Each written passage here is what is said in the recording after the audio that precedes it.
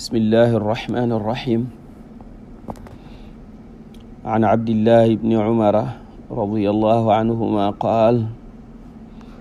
jëlee nañ ci suñ sang abdullahi ibni umar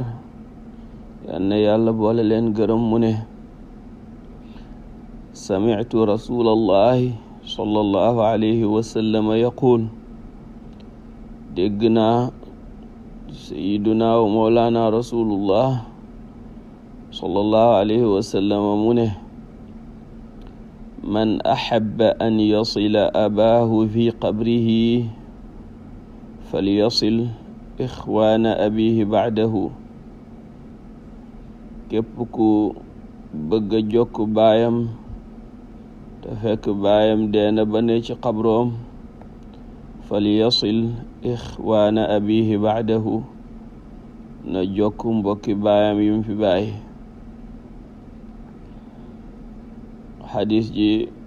ibnu Xibbaan moo ko solo te xadis ju wér la.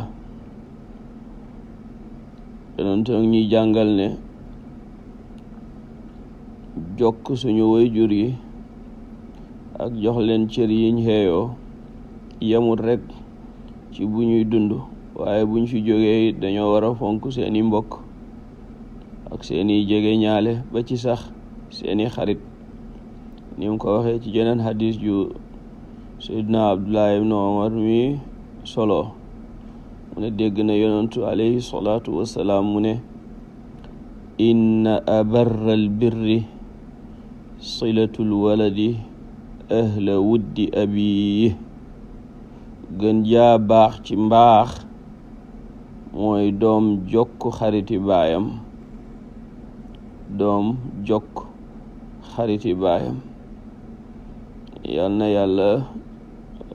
waaw xadis ji mu ngi ci muslim yal nañu yàlla tabaraka wa taala dimbale ba ñu mën a jokk suñuy wayjur ni mu waree ci seen dund ak gannaaw buñ fi jógee te defal ñu xéewal goog ci suñu njaboot bi barakati rasulillahi sallallahu alayhi wa sallam hada sallallahu ala sayidina muhammadin wa ala alihi xaqa qadrihi wa miqdaarihi al-azim.